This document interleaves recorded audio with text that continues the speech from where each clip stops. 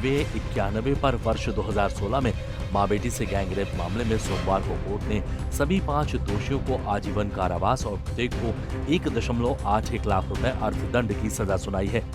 विशेष सत्र न्यायाधीश पॉक्सो अधिनियम ओम प्रकाश वर्मा तृतीय के न्यायालय ने सभी अभियुक्तों को सजा सुनाई। अर्थदंड की आधी धनराशि पीड़ित मां बेटी को दी जाएगी। और अब आइए पूरा मामला क्या था ये भी जान लेते हैं।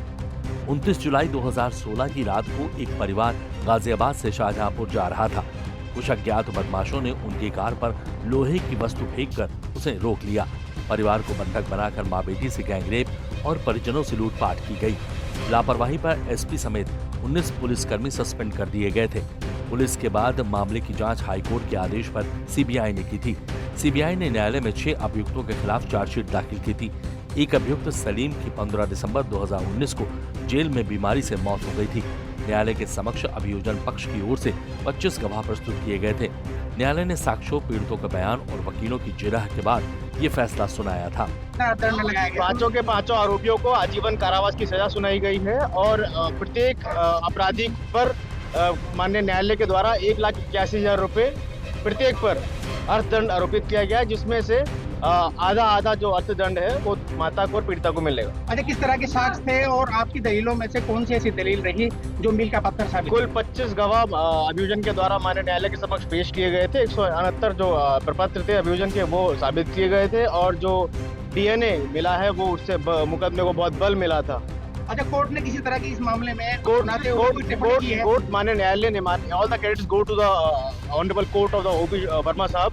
कोर्ट ने ये संदेश दिया है कि जो डेमन से इस तरह के राक्षस हैं उनको सभ्य समाज से दूर रखकर जेल में रहना चाहिए। जिन दोषियों को सजा सुनाई गई थी उनमें कन्नौज जिले के निवासी जुबैर उर्फ सुनील और साजिद पुत्र वाहिद, फर्रुखाबाद जिले के निवासी धर्मवीर उर्फ राका और सुनील उर्फ सागर और नरेश उर्फ संदीप शामिल हैं।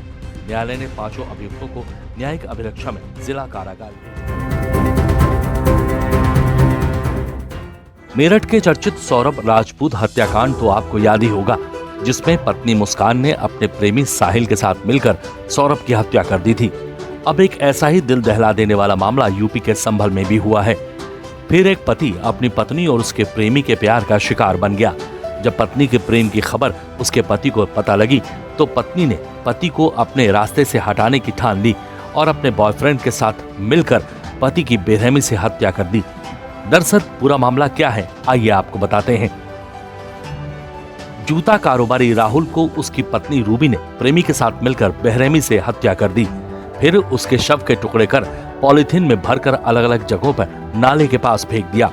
घटना को छिपाने के लिए 6 दिन बाद उसने पति की गुमशुदगी की रिपोर्ट दर्ज कराई। 27 दिन बाद उसी नाले के पास उसका सड़ा गला शव मिला।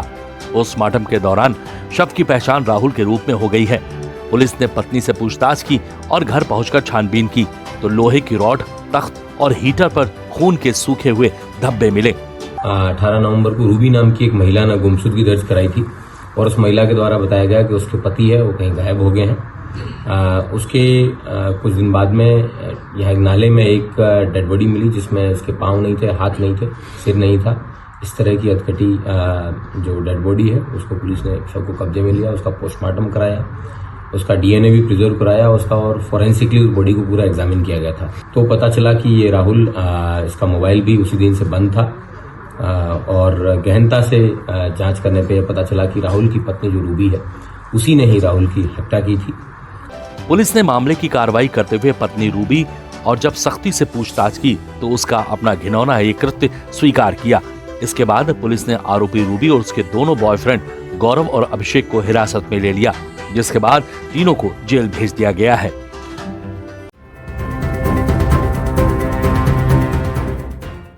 भारत में इस बार ठंड का असर कुछ इस कदर पड़ रहा है कि लोगों को सड़कों पर निकलना मुश्किल हो रहा है। सुबह होते ही घने कोहरे की चादर चारों तरफ फैल जा रही है और चलती शीतलहर की हवाएं लोगों की हड्डियों तक ठिठुरा दे रही हैं।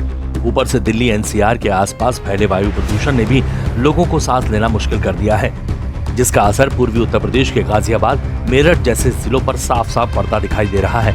इस ठंड के प्रकोप से निपटने के लिए सरकार भी अलर्ट मोड पर काम कर रही है और लोगों के लिए गाइडलाइन जारी कर रही है। पहाड़ों पर बर्फबारी की वजह से पारा तेजी से गिरता जा रहा है, जिसकी वजह से यूपी के 26 जिले कड़ाके की ठंड की चपेट में आ चुके हैं। 24 घंटे का न्यूनतम तापमान बाराबंकी में 4.5 डिग्री सेल्सियस दर्ज किया गया है। 40 से अधिक जिलों में रेड और ऑरेंज अलर्ट जारी किया गया है। प्रदेश में 23 दिसंबर तक भीषण ठंड और कोहरे का प्रकोप रहने का अनुमान है और पश्चिमी यूपी में 24 दिसंबर के बाद तापमान में 3 से 5 डिग्री की और गिरावट आ सकती है। सर्दी का कहर इतना पड़ रहा है कि लोगों का जनजीवन पूरी तरह से प्रभावित हो रहा है। घने धुंध की वजह से लोगों का सड़कों पर भी निकलना मुश्किल हो गया है। सड़क घटनाएं आम हो गई हैं और हर रोज घने कोहरे और कम विजिबिलिटी के कारण प्रदेश भर में कहीं न कहीं कुछ न कुछ घटनाएं हो रही हैं। सुल्तानपुर में पूर्वांचल एक्सप्रेस वे पर कोहरे के चलते खड़े ट्रक और कार टकरा गई। हादसे में बाप बेटे समेत 3 लोगों की मौत हो गई, जबकि 8 लोग घायल हुए। कानपुर में रविवार देर रात घने कोहरे के कारण 2 बाइक आपस में टकरा गई। हादसे में 2 किशोरों की मौके पर ही मौत हो गई, जबकि 4 अन्य घायल हो गए।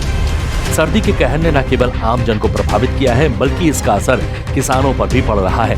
मौसम के कारण किसानों की फसलों को भारी नुकसान हो रहा है। खराब मौसम और कोहरे ने चारों तरफ से कोहराम मचा दिया है और आम जनजीवन को बुरी तरह से प्रभावित किया है।